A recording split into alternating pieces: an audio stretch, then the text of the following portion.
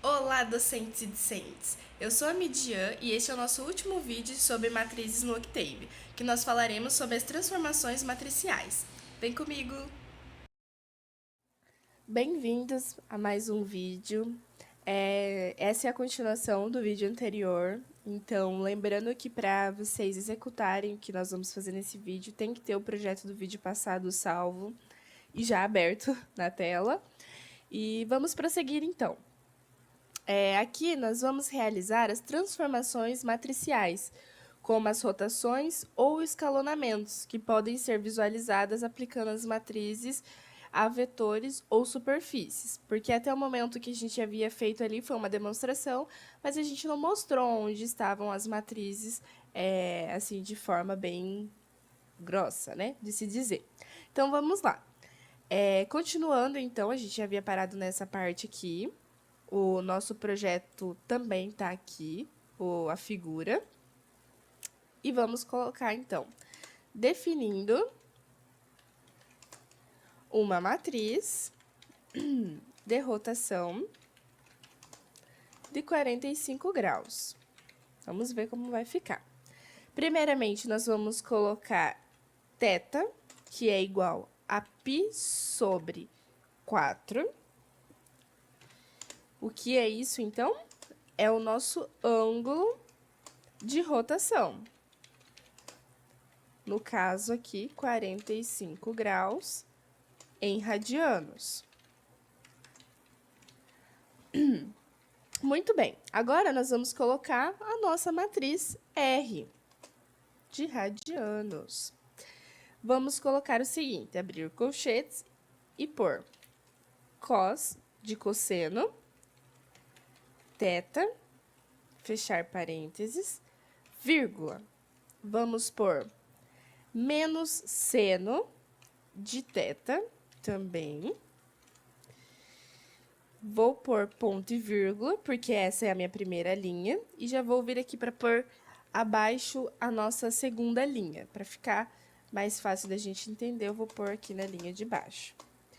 Seno de θ, vírgula, cosseno de θ também. E vamos ver como vai ficar. Fecha colchetes, perdão. Ponto e vírgula e Enter. Não me apareceu nada, por enquanto ele só salvou, né, a matriz que eu apresentei ali para ele. E vamos agora, então, definindo o vetor x e y, certo? Original. É importante a gente destacar isso. Então, vai ficar assim, ponto, underline original, que é o meu ponto original, igual, abre colchetes, 1 e 0. Então, o que é isso que a gente acabou de fazer aqui? É o nosso vetor de coluna, 1 e 0. Muito importante as anotações, né? Fica mais prático da gente entender esse procedimento. Agora, a gente vai aplicar a transformação de rotação. Ao final, a gente olha lá o gráfico como é que ficou. Aplicando a transformação de rotação. Tá vendo a importância das matrizes aí, né? Ponto rotacionado,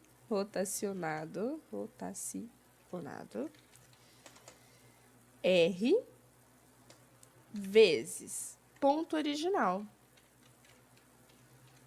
O nosso código aí. Muito bem. Apareceu alguma coisa? Ainda não. Porque nós precisamos fazer o que, então? Exibir os nossos resultados. Exibindo os resultados. Com aquele famoso que a gente usou o curso inteiro, o nosso DISP. Espero que vocês continuem praticando bastante, não esqueçam sempre de apresentar os resultados utilizando o DISP. Ponto original, então, dois pontos, fecha aspas, parênteses, ponto e vírgula. E o DISP, que vai apresentar esse resultado, ponto original.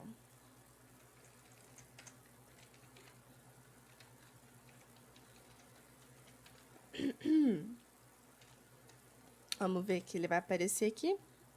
Ah, deu um errinho, porque mais uma vez, provavelmente, eu coloquei aqui em cima o ponto original com P maiúsculo e aqui em cima eu prossegui com o P maiúsculo, né? Aí não faz sentido mesmo, ele não vai entender que eu estou pedindo a mesma coisa.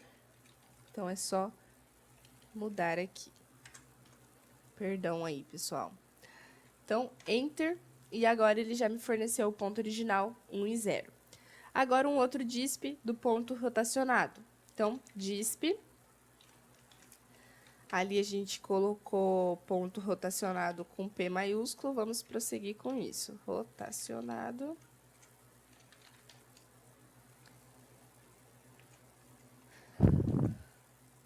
Opa. Ponto e vírgula. E o DISP final aqui. Ponto, underline, rotacionado. Fecha parênteses, ponto e vírgula, e ele já apareceu qual que é o ponto que vai estar rotacionado. Essa transformação, ela vai afetar um conjunto de vetores ou uma malha de pontos. Por exemplo, aplicando a rotação a uma figura geométrica simples, como um quadrado. Aqui, não é tão visível aos nossos olhos. A gente vê isso, mas a gente pode ver que os quadradinhos, né, os pixels dessa plotagem, ela ficou um pouco diferente, né? Parece que esses quadrados aqui ficaram um pouco maiores. Foi isso que a gente fez, ok? Agora, vamos realizar a análise de dados usando as matrizes. Muitas vezes em dados experimentais ou simulações são armazenados em matrizes, e é necessário manipular esses dados para realizar análises ou extrair informações úteis. Então, como que nós vamos fazer? Nós vamos colocar um exemplo de análise de dados: média, variância e histograma. Vamos colocar aqui, então, gerando dados aleatórios.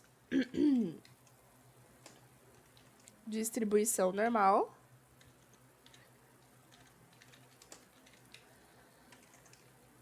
Distribuição normal. E vamos pôr o seguinte código para ele: dados, rand, com N no final, e colocar assim, 1,1000, fecha aqui, ponto e vírgula. O que é isso? São 1000 amostras que eu quero que ele gere. Quero que ele gere 1000 amostras de uma distribuição normal, ok? E agora a gente vai fazer, então, o cálculo das estatísticas básicas. Calculando estatísticas básicas. Às vezes a gente escreve muito rápido e acaba se perdendo. Então, vamos começar pela média dos dados. Média, underline dados, tudo em minúsculo. Vai ser como? Se a gente lembrar lá das primeiras aulas, a média a gente busca pelo código min. Então, só por dados aqui e o ponto e vírgula. E a variância de dados? Vocês lembram? Variância de dados igual ao var de dados também. E ponto e vírgula. Aqui, então, nós mandamos para ele o que nós queremos. Está apresentado ao sistema e agora a gente tem que exibir os resultados com o nosso DISP. Então, vamos lá. Exibindo resultados. Vamos por aqui na primeira linha o DISP da média. Média dos dados. Vamos fechar aqui, com parênteses, ponto e vírgula, e pôr o DISP média dados, ponto e vírgula também.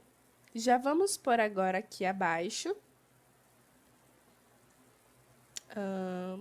Por que que deu errado de novo? Médias dados. Acontece muito. Médias dos dados, então. Enter. E aqui ele já apareceu a média desses dados. Então, agora a gente já vai colocar aqui o DISP da variância. DISP é variância dos dados.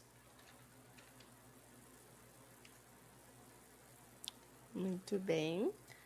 E aqui o DISP, vamos ver se a gente não vai se perder aqui agora. Novamente, variância dados.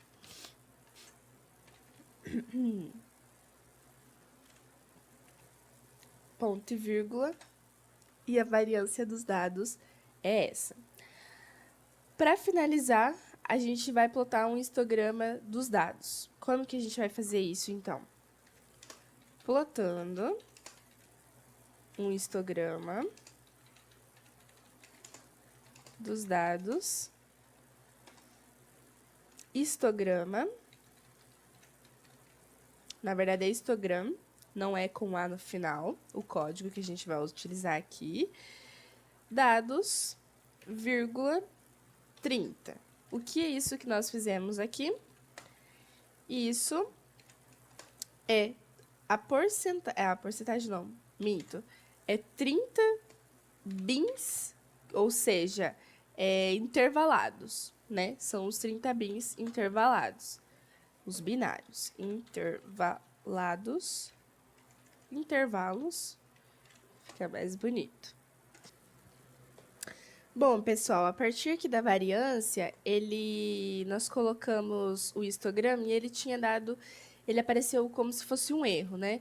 Mas, ao final aqui eu coloquei o histograma de dados aleatórios, o x-label, né, com o valor, e o y-label como frequência. E cliquei aqui para ver se ele mudou isso. E ele mudou. Então, aqui a gente tem o histograma dos dados aleatórios. Pode ver que está com os valores certinho como a gente solicitou. E aqui no eixo X e Y, ele colocou, sim, o valor e a frequência. Só o eixo Z que a gente não modificou, certo? Então, vamos prosseguir dessa parte. Provavelmente, para vocês também, ele aparece esse erro. Mas ele não deixou de executar o que a gente queria, tá bom? Então, foi talvez até alguma falta de atualização do software ou algo parecido, perdão. Para finalizar, então, nós vamos fazer uma aplicação bem prática aqui, utilizando engenharia, né, ou física, que é a simulação de ondas em uma superfície, onde a gente vai utilizar uma matriz para armazenar os valores de altura de uma onda em diferentes pontos de uma superfície ao longo do tempo. Como que nós vamos fazer isso? Vai ser uma simulação de ondas em 3D. Então, vamos começar esse projeto. Vou dar alguns enters aqui para dar um espaço do que a gente fez. E vamos colocar o seguinte. Criando a malha de pontos, que vai ser X e Y, certo? Utilizando aquele código lá que a gente aprendeu, um mesh grid. Vamos utilizar aqueles mesmos pontos, aqueles mesmos valores que a gente utilizou antes, tá bom? Que ele fica um tamanho bem agradável aí pra gente analisar. Então, muito bem, aqui, ponto e vírgula. E a gente vai definir um tempo, né? Já que o exercício pede para armazenar os valores e a altura de uma onda, ele vai ter que ter um tempo aí. Então, definindo o tempo. Vai ser t igual a 0, que é o tempo que eu quero. 0,1 é os passos que eu quero que ele execute, até 10. Ponto e vírgula. E agora a gente vai colocar aqui também um loop para visualizar a onda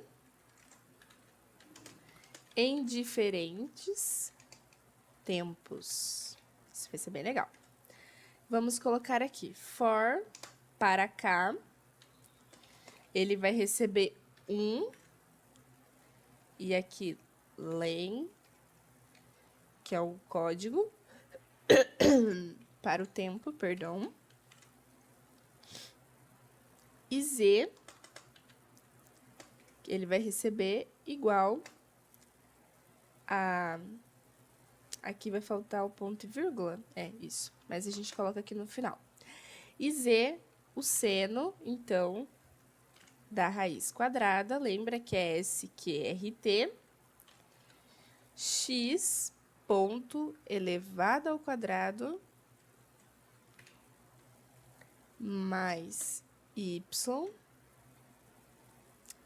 também elevado ao quadrado, ponto elevado ao quadrado. Porém, a gente vai ter que colocar aqui menos o t da matriz K aqui, que a gente colocou, ponto e vírgula. E a gente vai plotar daí esse gráfico em 3D. Faltou o ponto e vírgula aqui, por isso que eu retornei. Agora, eu colei aqui esse código para ficar um pouco mais rápido. Depois vocês podem pausar para voltar. Que é plotando o gráfico da superfície 3D, que é o surf lá, XYZ, simulação de onda em T, né? Coloquei esse número aqui, o eixo X, eixo Y e a altura da onda em Z. Ele vai ter uma pause de 0,1 para criar uma animação. Então, ele ficou dessa forma. Olha que legal. Tá aí o nosso aprendizado em matrizes, tendo resultado muito legal, né? E aqui ele vai passando o tempo, olha. Simulação de onda em T igual a 10. Muito bacana, né? Espero muito que vocês tenham gostado. Chegamos ao fim do curso e eu gostaria de agradecer imensamente a todos que chegaram até o final. Gostaria também de agradecer a professora Denise, que deu a oportunidade para a gente fazer esse projeto, e também a Universidade Federal, que sempre tem me acolhido. Muito obrigada a todos e até logo!